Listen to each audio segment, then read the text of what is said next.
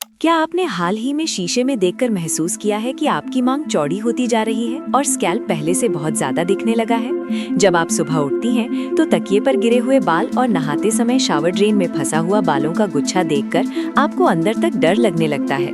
देखिए, ये सिर्फ एक नॉर्मल हेयर फॉल नहीं है जिसे आप किसी नए एंटी हेयर फॉल शैम्पू या मार्केट में मिलने वाले किसी महंगे हेयर ऑयल से ठीक कर लेंगी। ये एक बहुत गहरा सिग्नल है जो आपकी बॉडी आपको दे रही है। आप चौंक जाएंगी जब आपको पता चलेगा कि जिन चीजों को आप सिर्फ एक कॉस्मेटिक प्रॉब्लम समझ रही हैं, वो असल में आपके अंदर चल रहे एक बहुत बड़े हार्मोनल स्टॉर्म का नतीजा है। जब कंघी करते समय आपके हाथों में बाल आते हैं, तो वो सिर्फ बाल नहीं होते बल्कि आपकी हेल्थ का एक वार्निंग साइन होते हैं। आज हम बात कर रहे हैं स्पेसिफिकली फीमेल्स में होने वाले सिवियर हेयर फॉल के बारे में।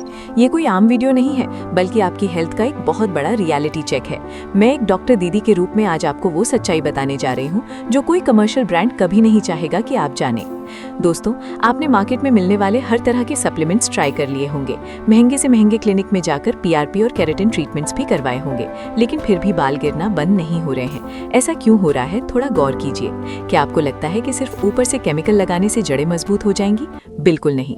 असल में प्रॉब्लम आपके बालों की जड़ों में नहीं, बल्कि आपके ब्लड में, आपके हार्मोन्स में और आपके मेटाबॉलिज्म में है। हम अक्सर हेयर फॉल को बढ़ती एज, खराब पानी या पोल्यूशन से जोड़ देते हैं, लेकिन सच्चाई कुछ और ही है।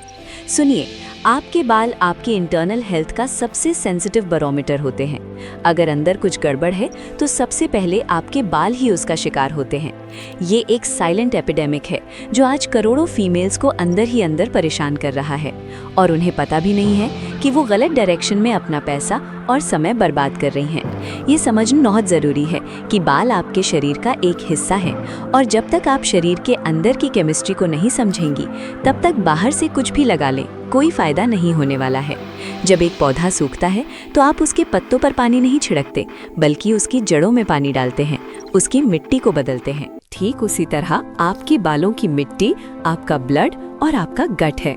अब ध्यान से सुनिए, क्योंकि जो मैं आपको बताने जा रही हूँ वो आपकी सोचने का नजरिया पूरी तरह से बदल देगा।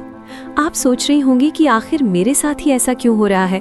मेरी डाइट भी ठीक है, मैं एक्सरसाइज भी करने की कोशिश करती हूँ, फिर भी ये बाल क्यों नहीं रुक रहे? असल में आपकी बॉडी एक बहुत ही कॉम्प्लेक्स मशीन है, और फीमेल्स की बॉडी तो एक हार्मोनल ऑर्केस्ट्रा की तरह होती है। जब इस मशीन का इंजन यानी आपके हार्मोन्स बैलेंस से बाहर हो जाते हैं, तो बॉडी इमरजेंसी मोड में चली जाती है। साइंस की भाषा में बाल आपके सर्वाइवल के लिए जरूरी नहीं है। आपके दिल, दिमाग और लिवर को बचाना बॉडी की फर्स्ट प्रायोरिटी होती है। इसलिए जब भी बॉडी स्ट्रेस में होती है या उसे न्यूट्रिशन की कमी महसूस होती है, तो वो सबसे पहले बालों को ब्लड सप्लाई और न्यूट्रिएंट्स देना बंद कर देती है। मैंने कहा था ना कि प्रॉब्लम बहुत गहरी है। क्या आपने कभी नोटिस किया है कि हेयर फॉल के साथ साथ आपको थकान भी बहुत ज्यादा रहने लगी है, या फिर आपके पीरियड्स इरेगुलर हो गए हैं, या आपका वेट बिना किसी कारण के बढ़ने लगा है और लाख कोशिशों के बाद भी कम नहीं हो रहा? अगर हाँ, तो ये सब आपस में जुड़े हुए हैं। ये कोई कोइंसिडेंस नहीं है, ये सब एक ही चेन का हिस्सा है।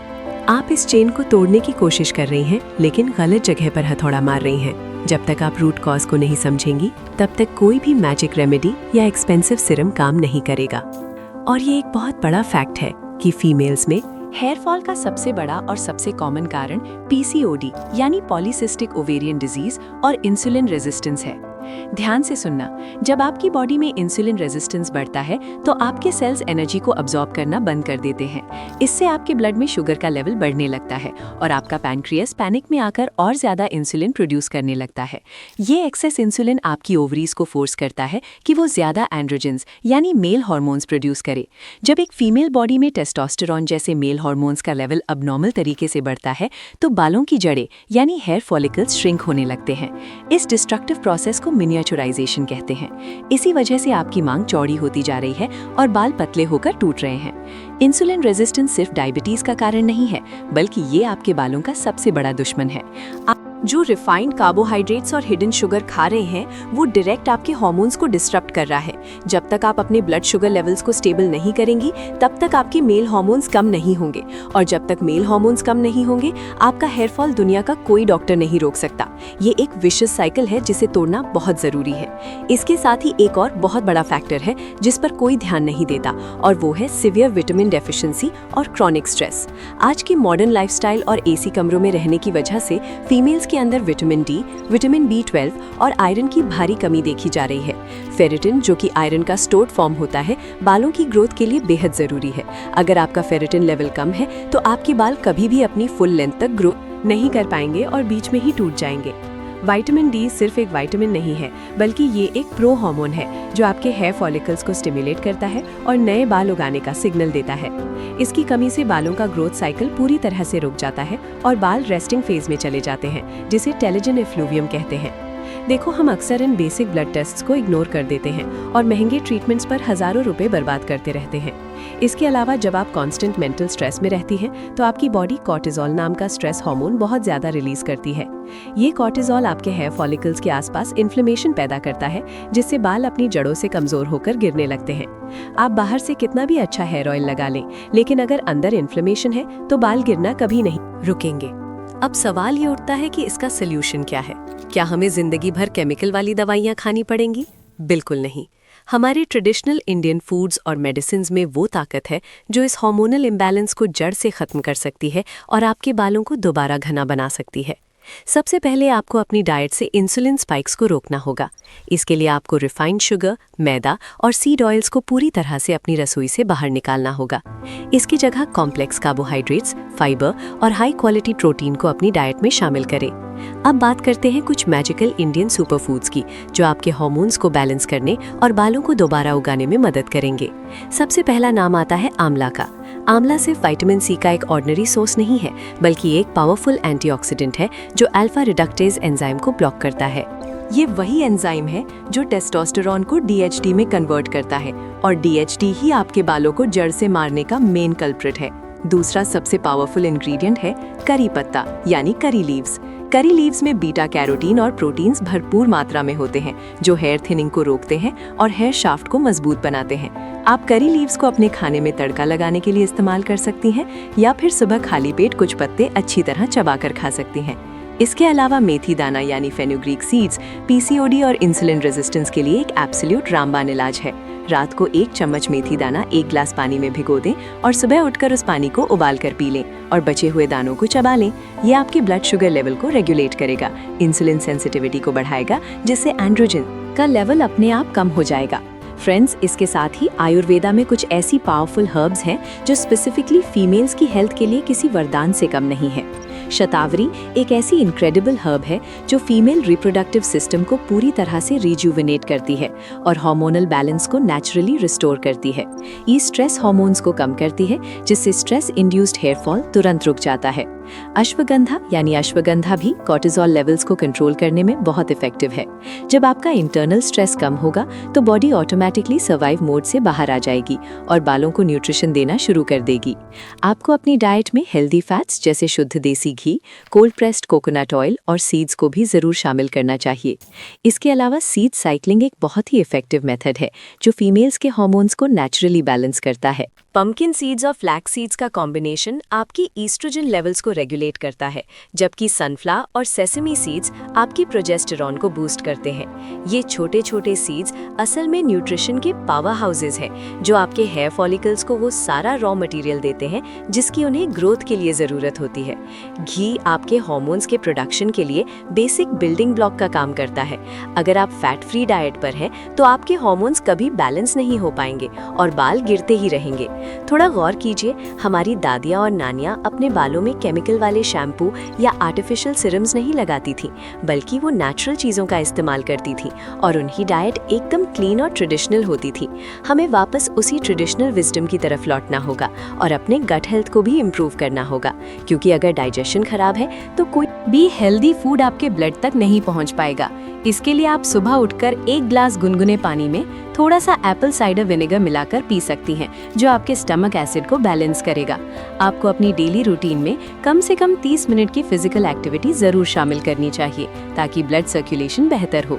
मैं बहुत अच्छी तरह से जानती हूँ कि हर सुबह शीशे के सामने खड़े होकर अपने गिरते हुए बालों को देखना कितना पेनफुल होता है। ये सिर्फ बालों के गिरने की बात नहीं है, ये आपके कॉन्फिडेंस, आपकी सेल्फ एस्टीम के गिरने की बात है। जब आप किसी फंक्शन या पार्टी में जाने के लिए तैयार होती हैं और आपको लगता है कि आपकी स्कैल्प साफ दिख रही है, तो अंदर ही अंदर जो इनसिक्योरिटी और रोना आता है, वो मैं एक डॉक्टर दीदी होने के नाते बहुत गहराई से समझ सकती हूँ।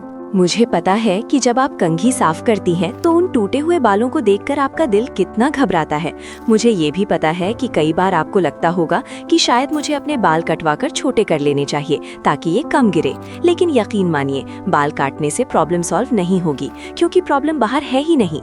जब आप रात को सोने जाती हैं तो दिमाग में यही टेंशन रहती है कि सुबह उठकर फिर से वही बालों का गिरना देखना पड़ेगा। लेकिन प्लीज ये याद रखिए कि ये आपकी गलती नहीं है। Modern lifestyle, toxic environment, constant stress और अडल्टरेटेड फूड ने हमारे सिस्टम को पूरी तरह से खराब कर दिया है। करोड़ों फीमेल्स आज इस स्ट्रगल से गुजर रही हैं।